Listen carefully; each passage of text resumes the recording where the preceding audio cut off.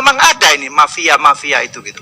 Mafia impor baik alat kesehatan, ventilator yang notabene bisa dibuat, bisa diproduksi oleh anak bangsa, tetapi tetap saja itu lebih kepada impor, dan kalau kita compare harganya jauh sekali. Saya menemui kasus bahwa itu yang sudah diproduksi pun harus melalui proses sedemikian rupa untuk bisa dipakai. Maka ketergantungan impor itulah yang selalu kita hadapi.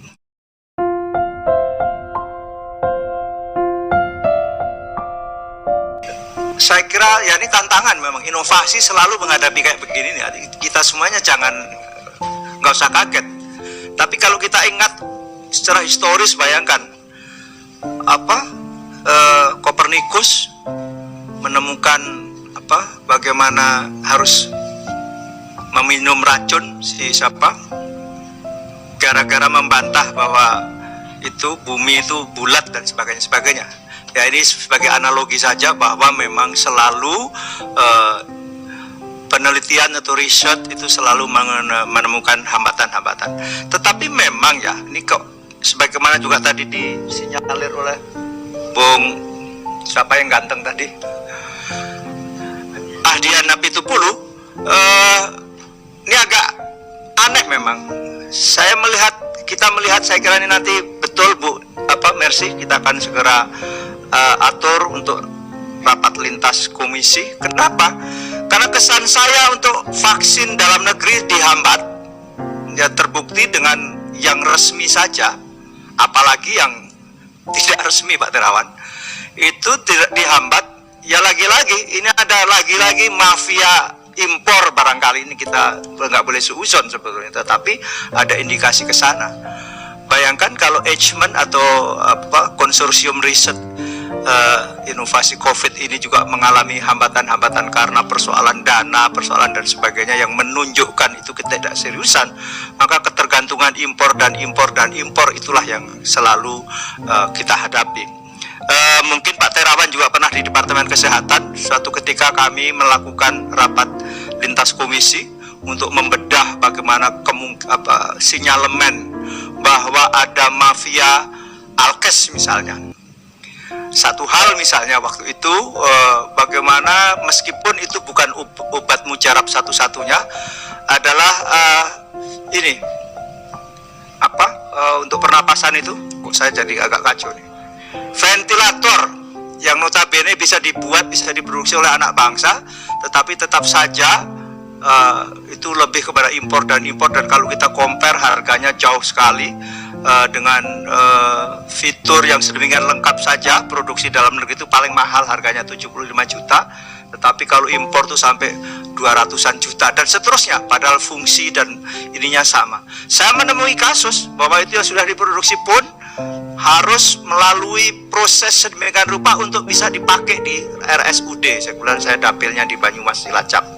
Ada problem-problem sehingga kita semua memang secara samar tuh jangan-jangan memang ada ini mafia itu gitu. Mafia impor baik alat kesehatan, dan hal ini sekarang adalah mafia vaksin. Indikasinya ada kok gitu loh, bahwa kalau kita lihat, bayangkan Eijkman kok belum turun juga itu yang diajukan dananya, terus bagaimana kan, dan seterusnya. Padahal dana merupakan faktor yang sangat penting. Saya kira ini saya sekaligus mendorong kita semua, ini menjadi kesimpulan rapat Komisi 7.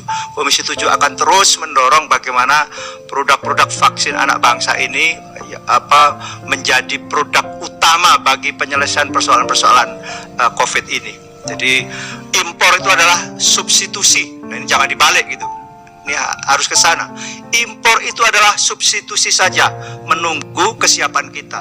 Yang utamanya justru kita akan dorong. Kedua, kita tidak boleh menganaktirikan siapapun, termasuk vaksin Nusantara ini. Kita minta pemerintah atau negara membiayai atau nanti menjadi kesimpulan rapat ya. Ini tolong dicatat.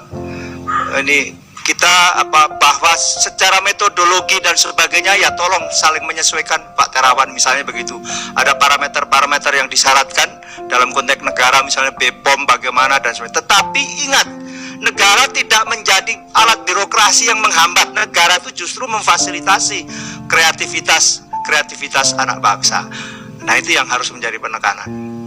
Terus yang ketiga nih, coba ada semacam perbandingan empirik Pak Terawan. Selama ini yang sudah melalui vaksin dengan Sinovac dan yang lain-lain kan bisa terpapar.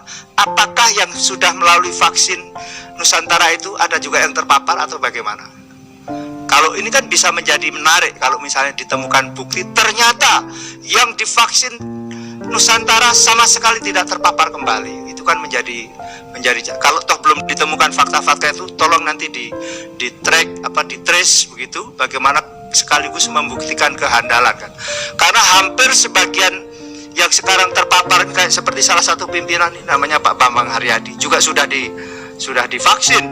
Namanya Pak ini Komisi 7 saja nih 3 orang yang kena ya, dan semuanya tabene sudah divaksin Sinovac 2 kali.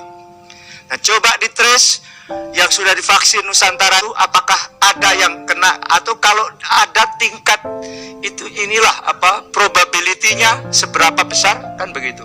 Ini sekaligus menjadi alat pembanding bahwa nyata-nyata ternyata adalah metode atau metode yang dikembangkan vaksin Nusantara inilah yang handal. Kan bisa saja